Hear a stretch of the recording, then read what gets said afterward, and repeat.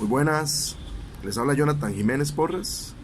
Les envío un cordial saludo. Este material del día de hoy es parte del curso Antropología Teológica. Contamos hoy con la presencia del licenciado Jeffrey Campos, quien también tiene una labor pastoral en la ILCO, la Iglesia Luterana Costarricense, con el cual vamos a tener una conversación el día de hoy, una conversación sobre algunos elementos de la antropología teológica específicos en el cristianismo, ¿verdad? Entonces, ¿qué tal, Jeffrey? ¿Cómo está? Un gusto.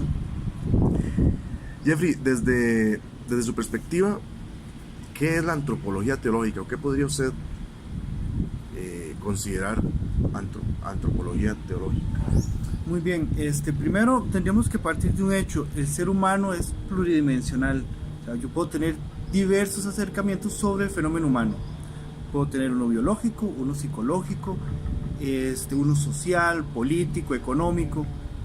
En el caso de la antropología teológica, lo que plantea es este ser humano, ser vital, que es capaz de trascender las condiciones particulares de la vida. Es decir, más allá de la política, más allá del hecho de que es un organismo biológico, este individuo expresa reflexiones con respecto a la muerte, con respecto a la vida, con respecto al sentido de la existencia, del dolor, y en última instancia todos estos elementos refieren a lo que en las religiones se puede llamar Dios, divinidad, espíritu absoluto.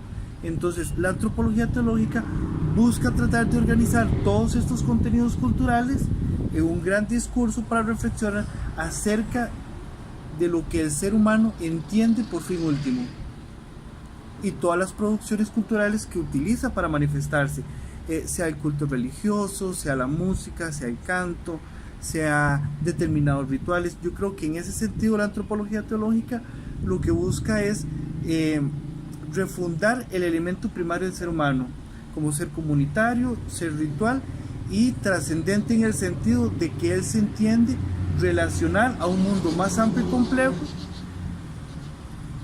al que pertenece en su inmediatez. Okay. No puedo evitar pensar en el existencialismo cuando usted habla del ser humano que se cuestiona frente a la muerte, se cuestiona frente a la vida. Y también, bueno, tengo enfrente un texto acá de Karl Rahner, ¿verdad? Quien fue un teólogo preocupado por temas existenciales, ¿verdad? Parte de todo lo que llaman la teología moderna europea, ese movimiento, se le puede llamar un movimiento teológico, pero marcado también, influenciado por el existencialismo filosófico, ¿verdad? Que estaba en boga en la segunda mitad del siglo XX. El título de ese libro es La gracia como libertad. ¿Qué tiene que ver la gracia con la antropología teológica? ¿Cuál es la relación? ¿Cuál es la importancia del concepto de gracia, ¿verdad? Que está vinculado con Pablo, ¿verdad? Con Pablo de Tarso, con la antropología teológica, con las preguntas antropológicas en la actualidad? Bien, partimos de un hecho. Cuando preguntamos desde la antropología teológica ¿qué es el ser humano?, entonces ya tenemos estos primeros rastros: un ser simbólico representacional que establece relaciones con el mundo a través del lenguaje y cómo lo explica, cómo lo siente. Ahora bien, con respecto a la gracia, primero tenemos que plantearnos el hecho: cuando hablamos del ser humano, ¿de quién estamos hablando? En el cristianismo entendemos que el surgimiento del ser humano se da por una ruptura. Algo se quebró. Ahora bien, a diferencia del catolicismo romano, a esta ruptura se le llama pecado original, transmitido a través de la sexualidad, que está situado dentro de la sexualidad. En la tradición bíblica, esta ruptura no es en el ámbito de la sexualidad, es en el ámbito de las relaciones cósmicas. Es decir, lo que se está quebrando no es un acto A ver, no es la desobediencia per se, sino el carácter relacional. Ahora, esta ruptura nosotros la podemos ver incluso en la estructura del ser humano actual. Es decir, el tiempo psicológico no necesariamente está situado con el tiempo biológico. Mis condiciones psicológicas no necesariamente están empatadas con la realidad social. Mis concepciones con respecto al mundo no necesariamente están vinculadas con las necesidades ecológicas del planeta. Esta ruptura es lo que, por lo menos desde el punto de vista bíblico, se conoce como pecado.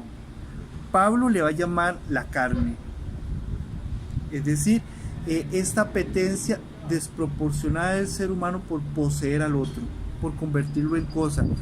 Y este convertir al otro en cosa tiene una referencia, se usa a través de un ídolo. Yo nunca domino de forma directa al otro, sino que yo me medio a través de un elemento simbólico para someter al otro. Es lo que en el mundo antiguo se conoce como idolatría. Es decir, por principio yo le presento a los otros una figura poderosa que reviste exigencias morales, sexuales, económicas, laborales, que son básicamente incuestionables. La gracia en esta perspectiva es el quiebre de toda esa lógica para permitir ver al ser humano que la realidad Dios es bondadosa, es creativa, es noble y que está, digamos que participando del desarrollo integral del ser humano.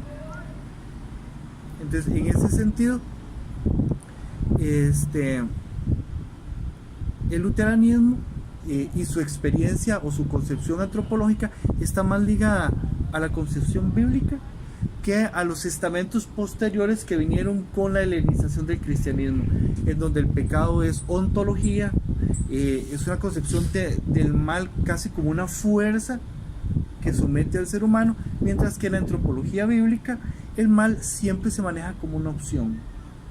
Y por eso Dios nos puede hablar, porque Dios también participa de eso otro de lo que el ser humano puede optar. Muy interesante, en el sentido de que el luteranismo, o sea, podemos plantear que el luteranismo marca una ruptura con la historia del cristianismo. O sea, sabemos, bueno, lo ubicamos el surgimiento del luteranismo, ¿verdad? Lo ubicamos en el siglo XVI, ¿verdad? Con las tesis luteranas, ¿verdad? No obstante, hay una continuidad, como hablábamos antes, con ciertos elementos de San Agustín, ciertos elementos que San Agustín planteó en su momento, ¿verdad? Uno de ellos es la gracia, ¿verdad? Eso que vos estabas planteando vos, ¿verdad?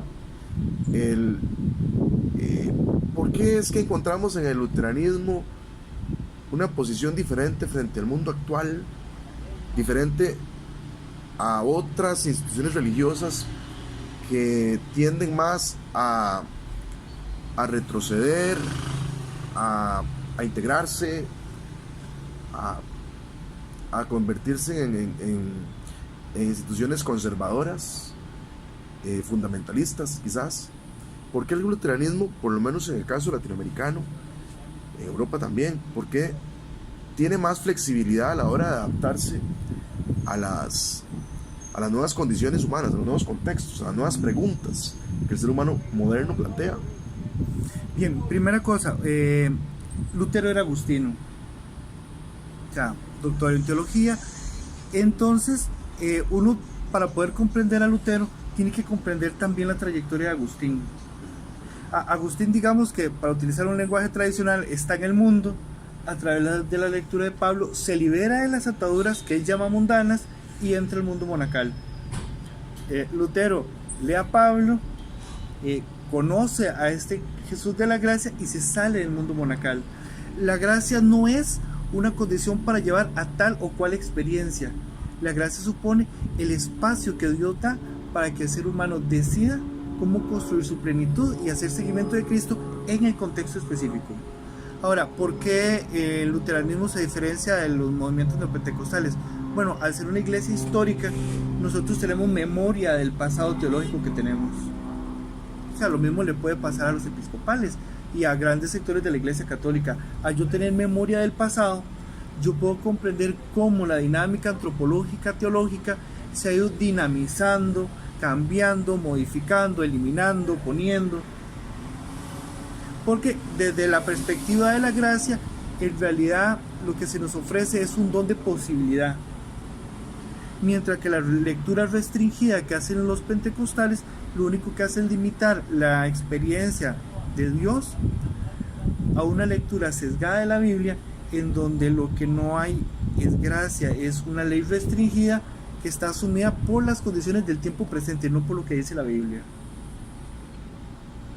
En el fondo, lo que nos encontramos ahora es como, creo que le escuché a Miguel Picado, un periodo de post-cristianismo. O sea, la Biblia como tal ha desaparecido y solamente sirve para validar el discurso del líder religioso. Pero en el momento en que yo contrasto lo que la misma Biblia dice en función al discurso, el líder religioso se retrotrae en función de la autoridad que le viene y que no puede justificar. Entonces yo creo que básicamente la flexibilidad del luteranismo está justamente en el rigor que tiene a la hora de interpretar las Sagradas Escrituras, en la capacidad que tiene de reconocer que la gracia es una dinámica que posibilita el cambio y la relectura constante de las Sagradas Escrituras y de la misma tradición eclesial. Bueno, Jeffrey, te agradezco muchísimo. Espero que este material sea de utilidad para usted. Y bueno, que queden más que todo preguntas, ¿verdad? Que queden en nuestra mente más preguntas para poder seguir investigando, seguir creciendo, tratando de comprender mejor la antropología teológica. Y bueno, agradecerle montones No, al contrario, a Jeffrey Campos. Que me hayas invitado. Exacto. Y seguimos produciendo. Tal vez más adelante podemos seguir hablando más de este tema tan provechoso, tan interesante. Muchas gracias, Jeffrey. Un gusto.